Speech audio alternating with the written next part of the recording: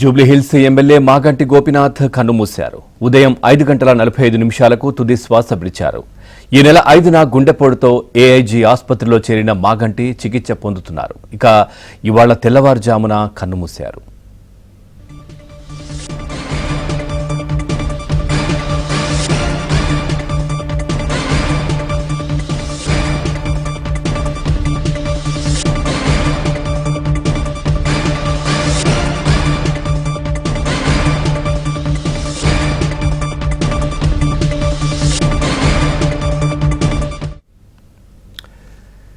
Jubilee Hills MLA Maganti Gopinath కన్నుమూశారు. ఉదయం 5:45 తుది శ్వాస విడిచారు. దీనికి సంబంధించి మరింత సమాచారాన్ని మా క్రైమ్ కరెస్పాండెంట్ ప్రవీణ్ అందిస్తారు. ప్రవీణ్, కోలుకున్నట్టే అనిపించింది, మళ్ళీ ఏంటి ఇంత ఇలాంటి వార్త వినాల్సి వస్తోంది? పూర్తి డీటెయిల్స్ ఏంటి? జూబ్లీహిల్స్ ఎమ్మెల్యే మాగంటి గోపీనాథ్ ఏఐజీ హాస్పిటల్లో చికిత్స పొందుతూ కొద్ది నిమిషాల క్రితమే కన్ను మూశారని చెప్పాలి. ఎందుకంటే మూడు రోజుల క్రితం, అంటే ఈ నెల 5వ తారీఖున మధ్యాహ్నం 2:56 ఏఐజీ హాస్పిటల్లో కూడా అడ్మిట్ అయ్యారు. తనకు హార్ట్ స్ట్రోక్ రావడంతో హాస్పిటల్లో కూడా అడ్మిట్ చేయడం జరిగింది. అయితే చికిత్స పొందుతూ ఈ రోజు తెల్లవారుజామున 5:45 మృతి చెందినట్లు ప్రస్తుతం అధికారికంగా ఏఐజీ హాస్పిటల్ వారు కూడా నిర్ధారించినటువంటి పరిస్థితి. గతంలో కూడా మనం చూసాము, 2-3 సార్లు తనకు గుండె సంబంధిత వ్యాధితో బాధపడుతూ కూడా గతంలో కూడా అడ్మిట్ అయినటువంటి పరిస్థితి కనపడింది. ఈ నెల 5వ తారీఖున మధ్యాహ్నం సమయంలో కూడా ఇంట్లో ఒక్కసారిగా తను స్ట్రోక్ రావడంతో కుప్పకూలి పడిపోయాడు. దీంతో స్థానికంగా ఉన్నటువంటి హాస్పిటల్లో వారి కుటుంబ సభ్యులు వెంటనే అడ్మిట్ చేయడం జరిగింది.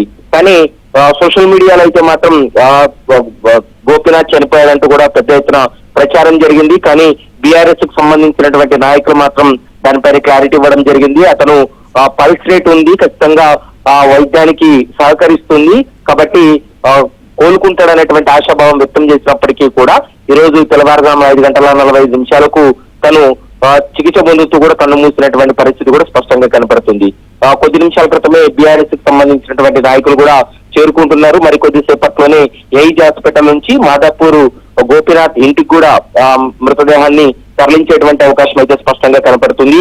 ఇక గోపీనాథ్ యొక్క రాజకీయ ప్రవేశం మనం చూసినట్లయితే మాగంటి గోపీనాథ్ 1983లో తెలుగుదేశం పార్టీ ద్వారా ఆయన మొదటిగా ఆ రాజకీయాల్లోకి వచ్చాడు. ఆయన 1985 నుంచి 1992 వరకు కూడా తెలుగు యువత రాష్ట్ర అధ్యక్షుడిగా కూడా పనిచేసినటువంటి పరిస్థితి కనపడుతుంది. ఇప్పుడు 3 సార్లు జూబ్లీహిల్స్ ఎమ్మెల్యేగా కూడా గెలుపొందినటువంటి పరిస్థితి కూడా స్పష్టంగా కనపడుతుంది. ప్రస్తుతం బీఆర్ఎస్ పార్టీలో కీలక నాయకుడిగా ఉంటున్నాడు, జూబ్లీహిల్స్ ఎమ్మెల్యేగా ఉంటున్నాడు. మరికొద్ది సేపట్లోనే బీఆర్ఎస్ కి సంబంధించిన నాయకులు కావచ్చు, కాంగ్రెస్ పార్టీకి సంబంధించినటువంటి ఎమ్మెల్యేలు కూడా ఏఐజీ హాస్పిటల్ కూడా చేరుకునేటువంటి అవకాశం ఉంటుంది. మాగంటి గోపీనాథ్ అన్ని పార్టీలతో కూడా అతనికి సత్సంబంధాలు కలిగినటువంటి వ్యక్తి అని కూడా చెప్తూ ఉంటారు. మరి అయితే ఈ రోజు చికిత్స పొందుతూ కూడా మృత్యువాత పడినటువంటి పరిస్థితి ఉంది. కేవలం హార్ట్ అటాకే కాదు, తనకు కొంత గుండె సంబంధిత వ్యాధితో పాటు కిడ్నీ సంబంధిత వ్యాధితో కూడా గత కొంతకాలంగా తను బాధపడుతున్నట్లు ఇప్పటికే వైద్యులు కూడా నిర్ధారించినటువంటి పరిస్థితి అయితే స్పష్టంగా కనపడుతుంది. మరి కాసేపట్లోనే మృతదేహాన్ని అయితే మాత్రం మాదాపూర్ లోని గోపీనాథ్ ఇంటికి కూడా తరలించేటువంటి అవకాశం అయితే కనపడుతుంది. పవన్, రైట్ ప్రవీణ్, అట్లాగే ఇప్పటి వరకు జరిగినటువంటి చికిత్సకు సంబంధించి కావచ్చు, అసలు పూర్తి డీటెయిల్స్ ఏం జరిగిందనేది హెల్త్ రిపోర్ట్ ఏదైనా డాక్టర్లు ఇచ్చే అవకాశం ఉందా? అయితే ఇప్పటి వరకు కేవలం ఎప్పుడు అడ్మిట్ అయ్యారు, తర్వాత ఎప్పుడు కన్ను మూసారు అనేటువంటి అంశానికి సంబంధించి అధికారికంగా ఏఐజీ హాస్పిటల్ వెల్లడించింది. అయితే తను ఇంటర్నల్ గా ఏమన్నా ఆర్గాన్స్ ఏమన్నా ఫెయిల్యూర్ అవ్వడం జరిగిందా, కేవలం హార్ట్ స్ట్రోక్ రావడంతో తను మృతి చెందాడు అనేటువంటి అంశానికి సంబంధించి మరికొద్దిసేపట్లో వైద్యులు కూడా మొత్తం హిస్టరీ ఇచ్చేటువంటి అవకాశం అయితే కనపడుతుంది. కానీ తనకు మల్టిపుల్ గా కొంత అనారోగ్య సమస్యలు ఉన్నాయి.